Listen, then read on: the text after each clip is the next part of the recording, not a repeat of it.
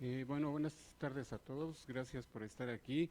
El tema de esta plática es la aplicación del sistema HDM4 a la elaboración de programas de obra para contratos basados en el desempeño. Y esto, bueno, es un tema de interés porque el HDM4 pues nunca fue conocido para aplicarse en ese contexto.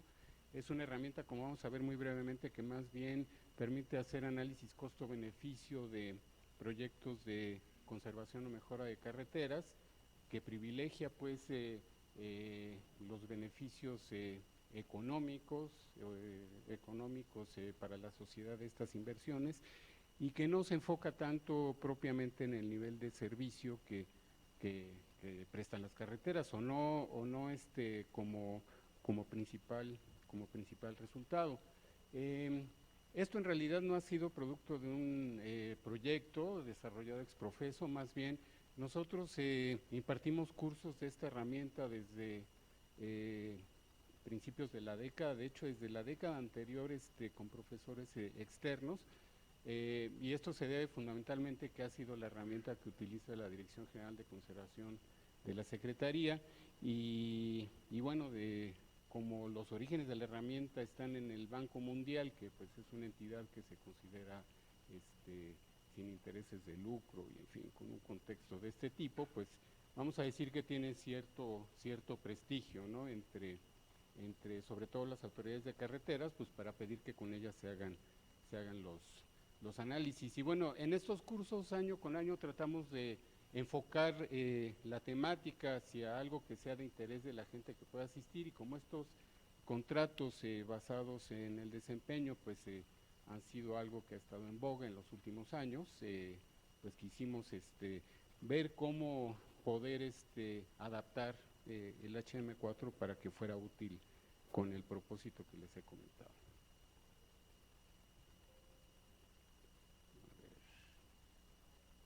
Bien, me parece importante que primero nos concentremos en un poco este concepto del desempeño de carreteras. En realidad es algo que pues se aplica desde distintos enfoques, desde pues lo que tiene que ver el comportamiento de un activo respecto a los indicadores físicos de bajo nivel, como por ejemplo la fatiga o la deformación, que necesitan a mezclas asfálticas, por ejemplo, pues eh,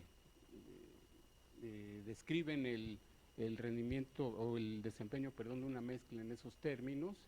En otro contexto, por ejemplo, en el que se maneja en diseño de pavimentos, el desempeño tiene que ver con la capacidad de los activos, en este caso del pavimento, para prestar un determinado nivel de servicio durante cierto tiempo, y en un nivel más amplio ya de gestión de activos a nivel de red, tiene más bien que ver con el grado en el que se logran unos determinados objetivos, ¿sí?, de una administración de carreteras para ofrecer un determinado nivel de servicio en un plazo establecido. Entonces, aquí una diferencia muy importante que hay que hacer es que esto se enfoca más en el activo y esto se enfoca más en la capacidad de la administración responsable de prestar cierto servicio, y eso es una diferencia fundamental. Eh, Gestionar el desempeño de una red de carreteras pues no es una tarea sencilla, y por eso se requiere de un marco, ¿sí? Este marco se conoce como gestión de desempeño de carreteras, y básicamente es un proceso en el que una serie de objetivos institucionales, que parece que es una verdad de perogrullo ponerlos ahí, pues se convierten en medidas, en metas, pues para ver si esos objetivos se están cumpliendo, para ver si la administración se está moviendo en el camino correcto, ¿no? Y es sorprendente, pero si ustedes van a ver el plan de desarrollo, ya no digamos de esta administración, el plan nacional, sino de administraciones anteriores, estos objetivos están expresados de manera muy vaga, ¿no? Y a nivel internacional lo que las buenas prácticas recomiendan es que se haga todo un trabajo de desarrollo de marcos como este, que queden documentados y que guíen pues el actuar de las administraciones de carreteras. Tener un marco como este, pues eh, provee beneficios como los que están aquí: poder medir el desempeño, tener una estrategia para atacar la problemática, tener información de primera mano sobre costos y beneficios, tener también los medios para comunicarse con usuarios, clientes, poder legislativo, otros órganos de gobierno respecto a lo que se está haciendo en carreteras, y además algo muy importante, en un entorno en el que hay una competencia tremenda por los recursos disponibles, pues también decir, mira, con esos 3 pesos alcanza para hacer esto, entonces tú dirás, lo seguimos haciendo, o quizás un poco la lucha, dile a Ursúa, digo no, ya no Ursúa, ¿verdad? A quien haya que decirle, pues que le afloje un poco, porque esto es importante, ¿no? Entonces, pues provee los medios, pues, para que este tipo de cosas se puedan llevar adelante. Un marco de este tipo, pues, necesita que se definan cuáles son los atributos de los servicios de carreteras, plantear, como digo, objetivos institucionales y medidas para evaluar cómo progresan cómo progresa la consecución de estos objetivos, medidas orientadas al usuario, ¿no? Porque finalmente es quien recibe el servicio y quien pues va a, digamos, formarse una opinión de este mismo servicio, y técnicas que son las que usamos los ingenieros o los responsables de las carreteras para consumo interno. Aquí viene un poco más de detalles sobre todo esto. Un objetivo institucional pues se formula en un lenguaje que sea comprensible para los usuarios, o sea, estos enunciados que son tan simples como les decía, pues no están siempre, no se expresan así de manera específica o de manera abarcando pues todos los atributos en los planes de desarrollo. Los 2 tipos de medidas que les decían, cuando hablamos de usuario, por ejemplo, hablamos de una exposición a una superficie regular del pavimento, porque si le hablamos de IRI, que es una medida técnica, pues no va a haber no va a ser fácil esa comunicación, y ya no digamos otras medidas técnicas que pueden ser todavía más elaboradas, ¿no? Con respecto a estas medidas, pues se tienen que plantear unas metas, ¿no? El objetivo final de una administración de carreteras no es tener toda una red en los estándares de proyecto, porque eso sería imposible, ¿no? Sino decir, bueno, para la red principal, pues dentro de 10 años aspiramos a que la calidad de rodadura mejore de aquí a acá, y contra eso hacer la evaluación y no contra el proyecto, ¿verdad? Porque pues se sabe que es imposible tener todo en los estándares de proyecto, no solo en este país, sino en cualquiera, ¿no? Finalmente, hay que tener también en cuenta todo esto vinculado con lo que digo, o sea, cuál es la factibilidad de que estas metas se puedan cumplir, y qué ha pasado cuando nos hemos planteado otros niveles de metas, ¿no? en otras oportunidades. Bien. Finalmente, los niveles de servicio son categorías en las que se expresan estas metas, del tipo bueno, regular, malo, que tienen asociados valores concretos, tanto de medidas de desempeño de usuario como medidas de desempeño técnicas, ¿no?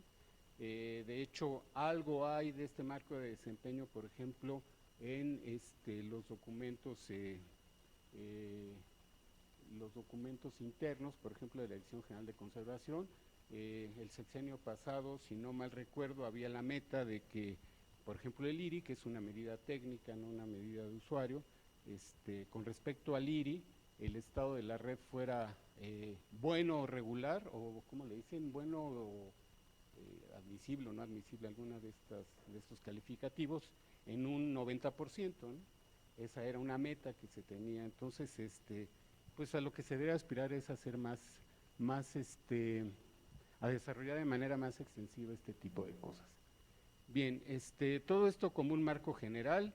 Este marco de gestión del desempeño, como lo he platicado, aplica a nivel de red, y los contratos a los que me he referido aplican más bien a nivel de proyecto, porque son tramos muy concretos, pero digamos que los principios generales se aplican, ¿no? Respecto a estos contratos, pues, ha habido distintas experiencias de unos aproximadamente, si no me equivoco, 20 años para acá, un poco más de 20 años, ¿no? Con los proyectos de prestación de servicio, como la Libra Celaya, como los CPCCs, contratos plurianuales de conservación de carreteras de la Dirección General de Conservación. Estos servicios, que son los que utiliza Banobras también para contratar la rehabilitación y la conservación durante un periodo dado de tramos de carretera, y ahora la ley de asociación pública-privadas, que con esta se pretende superar una serie de limitaciones de los esquemas anteriores, básicamente relacionados con, digamos, la calidad de las especificaciones técnicas, del desarrollo de las bases legales y todo esto de los contratos, y también de la disponibilidad efectiva de los recursos para pagarle a los contratistas, ¿no? Que en los esquemas anteriores pues había sido un problema. Para este tipo de contratos, ¿qué tipo de indicadores son los que más se han utilizado? En pavimento, básicamente, el índice de regularidad internacional, la profundidad de roderas, parámetros relacionados con fricción, deterioros superficiales como baches, agrietamiento, etcétera, y las deflexiones del pavimento. Para otros activos también hay indicadores, mayoritariamente técnicos, porque hablando de contratos, pues evidentemente se trata de una relación contratista-autoridad, pues tiene que darse más en esos términos, ¿sí? Aunque hay aspectos como servicios al usuario, calidad de atención a emergencias y todo, que pues sí pueden ser más familiares para el usuario o para el público en general. Un contrato de este tipo, un contrato por desempeño, puede o no tener una participación de inversión privada. De hecho, en los esquemas que vimos casi todos lo tienen, no necesariamente. O sea, Banobras, por ejemplo, no requiere a los privados que inviertan en la parte de rehabilitación, ¿no? Sino que esa parte se paga con un esquema, y el esquema de desempeño se aplica más bien a la parte de conservación. Pero en cualquier caso, las etapas de los contratos, como se han hecho últimamente, pues son las siguientes. Aquí eso está ilustrado viendo cómo evoluciona el índice de regularidad internacional durante la vigencia del contrato. Hay una etapa de rehabilitación donde se ponen estándares, vamos a decir el tramo. También le llaman etapa de puesta a punto, que generalmente es de 2 a 3 años, una de conservación donde se mantienen esos estándares, y una de vida remanente que tiene más que ver con la adecuación estructural del tramo, porque pues a veces dejaban el tramo así bien pintadito, negro en la calzada y pues todo lo demás brillante, y 2 meses después de la terminación empezaban a salir grietas, ¿no? Entonces, pues con eso se trata de evitar esto, que era una de las limitaciones de los esquemas anteriores que mencionaba. Bien, entonces, ¿cómo relacionamos el HM4 con esto? Brevemente habría que decir o recordar que el HM4 es bueno, las siglas quieren decir Sistema de Desarrollo y Gestión de Carreteras. El 4 es porque es la cuarta generación de una serie de herramientas de gestión que, como decía, comenzó a desarrollar el Banco Mundial. Estas herramientas sirven para analizar inversiones que tienen que ver con la conservación y mejora de carreteras, y se puede aplicar a nivel de proyecto para hacer programas plurianuales o incluso para definir políticas de largo plazo, ¿no? A final de cuentas, el HM4 es una herramienta para soportar la aplicación de un marco más general que el de gestión de desempeño que mencionaba, que es el de gestión de activos carreteros, que en una definición del Instituto Británico de Normas hay muchas, pero se puede expresar así, ¿sí? Como el conjunto de prácticas que hace una administración de manera sistemática, coordinada, ¿sí? Para gestionar sus activos considerando aspectos como el desempeño, que es el que nos ocupa hoy, pero también riesgo, costos del ciclo de vida y cumplir con un plan estratégico. Pues otros beneficios de esto, como decía, es que en un esquema en el que hay competencia de recursos, pues provee todos los elementos para demostrar que se requiere cierto nivel de inversión, o permite armar escenarios para ilustrar lo que pasaría si no se invierte a determinado nivel, pero además es el único marco conceptual que yo conozco que permite que las actividades relacionadas con la construcción y conservación de carreteras se hagan de manera transparente, que haya elementos verdaderos técnicos y económicos de rendición de cuentas, y todo eso, ahora que está en boga el combate a la corrupción, pues podría ser muy útil, ¿no? Bien, ¿cómo se relacionan el HM4 y la gestión de activos? Bueno, la gestión de activos básicamente tiene 3 etapas de planeación, programación y preparación, que es, digamos, el nivel de proyecto. Hay una aplicación que, pues, está orientada a ser útil en cada una de las etapas y, y básicamente así es como está armado el HM4. Estas aplicaciones funcionan con base en el análisis del ciclo de vida, que pues, es un análisis que permite ver cómo varía el comportamiento de los activos, los costos, los beneficios, los riesgos, en fin, todos los elementos que vimos, ¿no? Es muy importante tener presente esta diferencia de que la gestión de activos se puede hacer a nivel de red, que es la que debería hacer la administración, y a nivel de proyecto, que bueno, también la hace la administración, pero digamos que es muy relevante en casos como el de estos contratos de los que estamos hablando, y de hecho los contratos por desempeño o la gestión que tiene que ver con ellos, pues ocurre a nivel de proyecto, ¿no? Ahora, con respecto a cómo se aplica el análisis del ciclo de vida en el HM4, que básicamente tiene que ver la parte relacionada con los costos, bueno, pues se hace una estimación del deterioro que va a tener la carretera, y estamos hablando con el HM4 específicamente de los pavimentos. O sea, si aquí tengo el tiempo y aquí tengo el estado de la carretera, pues hace una predicción del deterioro, ¿no? Si se hace una acción de conservación, pues nos dice cómo se recupera y calcula los costos asociados con eso. Al mismo tiempo tiene una serie de modelos para estimar los costos de usuario que van relacionados con pues, los diferentes niveles del estado físico que tiene la infraestructura. Evidentemente baja el nivel de servicio, suben los costos. Si se interviene, pues vuelven a bajar los costos, como está ilustrado ahí. Si no se hace nada, pues evidentemente el estado de la carretera pues llega a niveles que pueden ser inmanejables, y los costos, pues también los costos de usuario, ¿no? Que son estos costos de operación vehicular, tiempo de viaje, accidentes, etcétera, pues también se dispara, ¿no? Ahora, esta diferencia o esta área que queda comprendida aquí en las curvas de costos con proyecto y sin proyecto son una medida de unos recursos que quedan ahí, que ustedes no se gastan en gasolina o en cambiar llantas porque la carretera está mejor, y que entonces se lo pueden gastar en otra cosa, se supone, ¿no? Y por eso se llama excedente para el consumo, y por eso para los gobiernos pues debería ser interesante en términos generales, por lo menos en términos económicos, pues tener bien las carreteras, ¿verdad? Y por eso Hacienda sigue pidiendo análisis costo-beneficio para estos proyectos, y en algunas etapas ha aceptado incluso que sea con el HM4.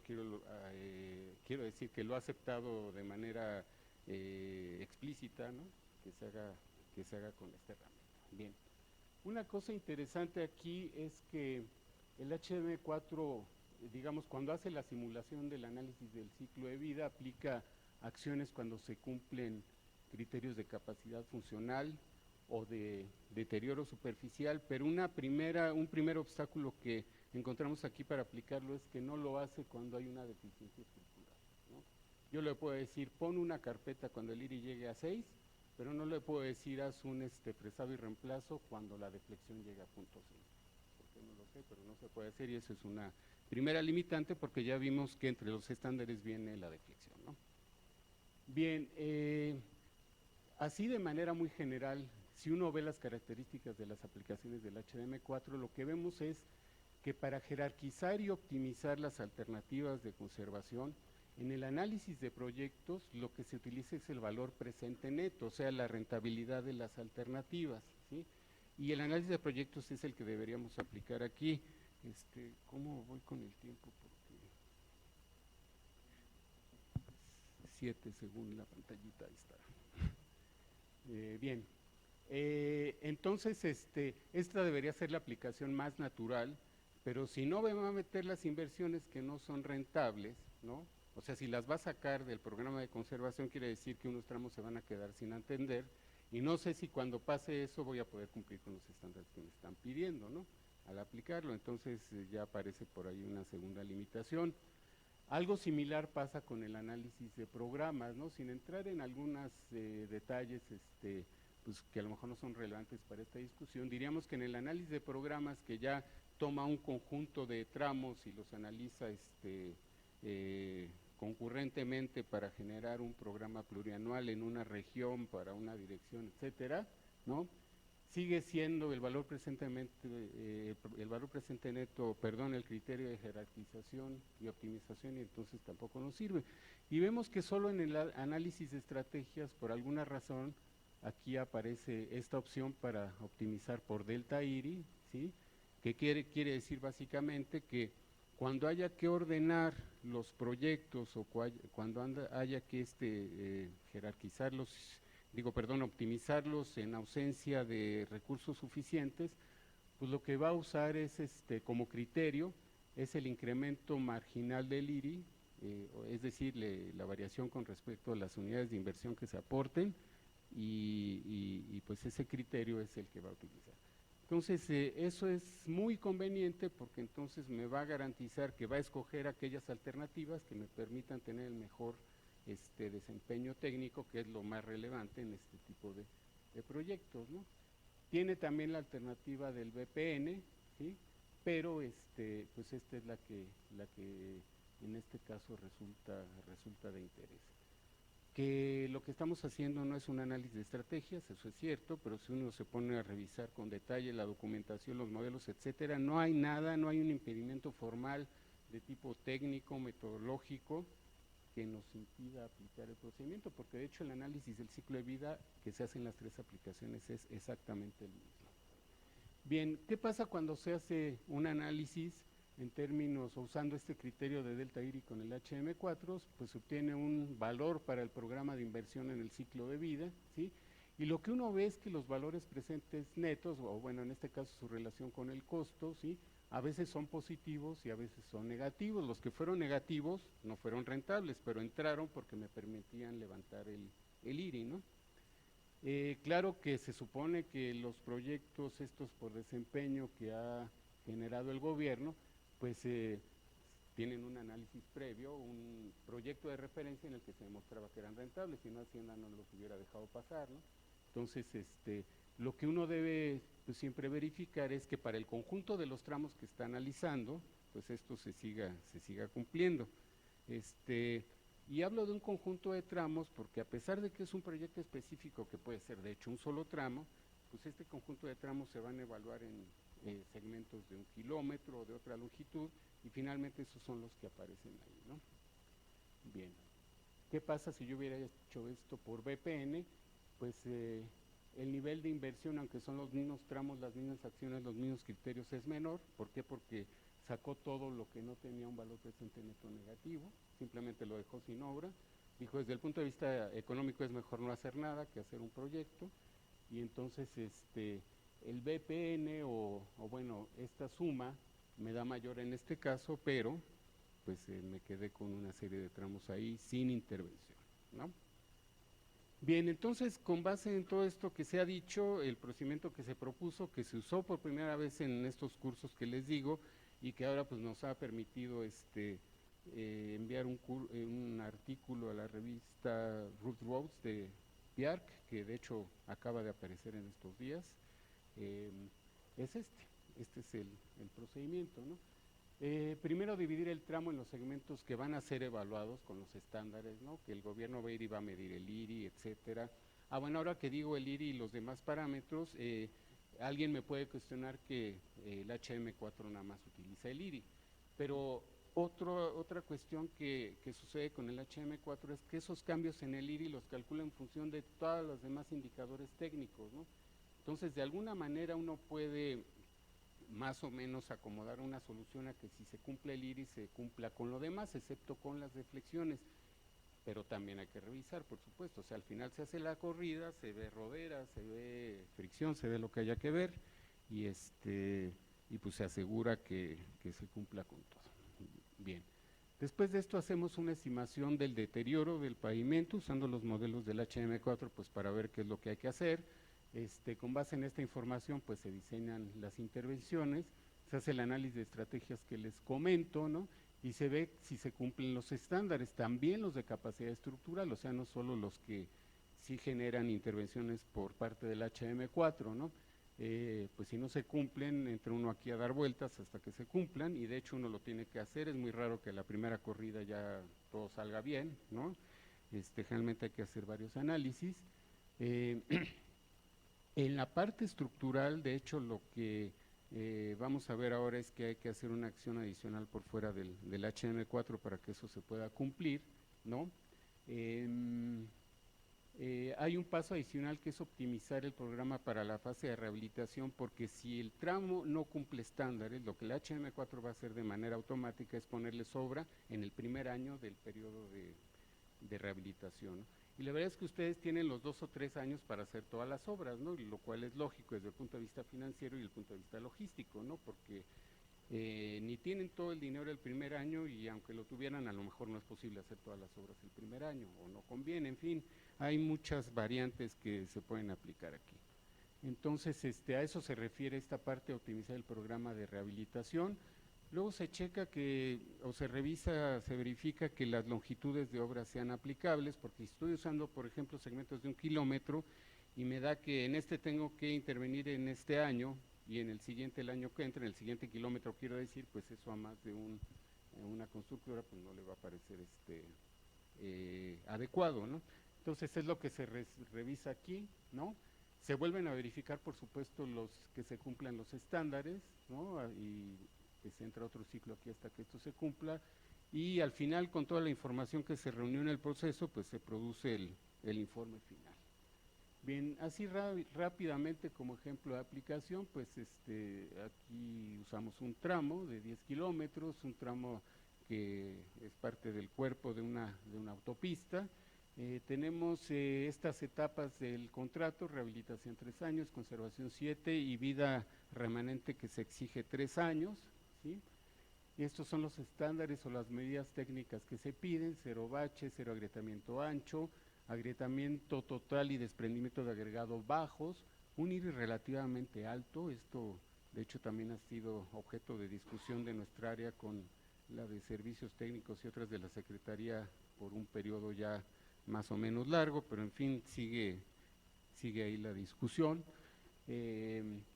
Roderas, en fin, los demás parámetros. Por aquí está el de deflexión, ¿no? Que es una de las dificultades que teníamos, ¿no? Bueno, esta es la segmentación del tramo, que como ven no nada más es hacer una simple división, sino que hay que hacer la división, obtener parámetros representativos y preparar una pequeña base de datos, ¿no? Después de esto, hacer una estimación del deterioro, y a continuación voy a mostrar rápidamente unas tablas de este tipo donde se ve aquí los años del 2019 al 2031 que cubren todo el periodo, los segmentos y cómo va evolucionando cada parámetro, y una escala de verde a rojo que muestra si estamos del lado de mejor cumplimiento de los estándares, o si nos encaminamos al otro extremo. Y lo que se ve aquí es que en IRI, pues al principio estamos prácticamente mal en todos los segmentos, ¿no? Este es el que está mejorcito, pero llega un momento en que eventualmente también cae fuera de estándares, ¿no? Eso es lo que tenemos ahora. Igual se puede revisar o producir una tabla de estas para los demás indicadores, ¿sí? Y esto nos lleva pues a diseñar una serie de acciones, que aquí es, por ejemplo, fresado y reemplazo para IRI y roderas, microcarpeta para defectos superficiales, como para fricción específicamente, agrietamiento angosto, profundidad de la textura, ¿no? Y acciones de conservación rutinaria que nos permiten atacar el tema del agrietamiento ancho, de los desprendimientos y de los baches. Bien, una vez que se aplica esto, que es básicamente una acción de conservación periódica, se ve que se cumple con IRI. ¿Por qué sigue estando esto medio amarillo y rojo? Bueno, pues porque lo que el HDM4 estima que se recupera el IRI no se aparta demasiado del 2.5 que les comentaba yo que es alto, pero independientemente de eso, se ve que cuando interviene y en general en todo el periodo analizado, pues se cumple con este estándar. Igual lo verificamos si se cumple para lo demás, pero decía yo que también hay que ver la parte estructural, y cuando revisamos eso, aún ya tomando en cuenta estas acciones de conservación periódica que les comento, pues lo que se ve es que Estructuralmente, de hecho, al menos dos de los segmentos desde el principio no cumplen, y aunque se haga lo que les mostré de conservación periódica, pues va a seguir sin cumplir, ¿no? Eso por un lado, y por otra parte también en vida remanente tenemos un problema importante, ¿no? La vida remanente tampoco se calcula con el HM4, en este caso en particular la calculamos con un método del Instituto del Asfalto, y lo que hay que generar ahí para estos tramos que tienen problemas de deflexiones o de vida remanente es que el HM4 aplique acciones más radicales, ¿no? Que no va a ser capaz de identificar. Afortunadamente el HDM4 tiene vinculados a los análisis bases de datos que se pueden, digamos, exportar, se pueden modificar, de manera que parezca que el HM4 decidió en algún momento aplicar acciones de conservación estructural, y es parte de la aportación de este procedimiento que se propone, ¿no? Esta es una vista pues de cómo se ve ya eso exportado al HM4, al HM4 Excel, perdón. Aquí traemos los datos de deflexión y de vida remanente, y tomándolos como base pues decidimos qué es lo que necesita cada segmento, ¿de acuerdo? Y eso se reimporta en el HM4 y se vuelve a correr el análisis, ¿no? Y entonces aquí se muestran ya los resultados de deflexión, ¿no? Y se ve que pues ya se cumple con el umbral que era de 0.5 milímetros para todos los segmentos. Digamos que está muy un poco comprometido, pero digamos que si es un límite y está por debajo del límite, pues cumple, digamos. Aquí se ve los que fueron objeto de una obra justo antes de entregar el tramo o de devolverle el tramo a la autoridad para cumplir con los 3 años de vida remanente. Entonces, pues quedó resuelto el problema, ¿no? También en vida remanente, ¿sí? Bien, este ya es el programa, digamos, que se obtuvo antes de optimizar las acciones en la etapa de rehabilitación que les decía. Como les decía, pues la obra se concentra en el primer año. Aplica uno los algoritmos de optimización del HDM4 y distribuye las obras. Y finalmente lo que se hace ya de manera manual, o bueno, se podía hacer también algún programa, pero no lo hicimos en este caso, es reacomodar algunas obras por el tema de la longitud que les decía. Como son pocos segmentos y son relativamente pocas obras, no se nota que fue un cambio muy drástico esto, pero bueno, a final de cuentas lo que queda como programa son lo que tiene unas islas de fresado, reconstrucción microcarpeta, etcétera, y las que quedaron entre las verdes o las rojas fueron las verdes, ¿no? Las rojas se movieron. Ese es el programa final.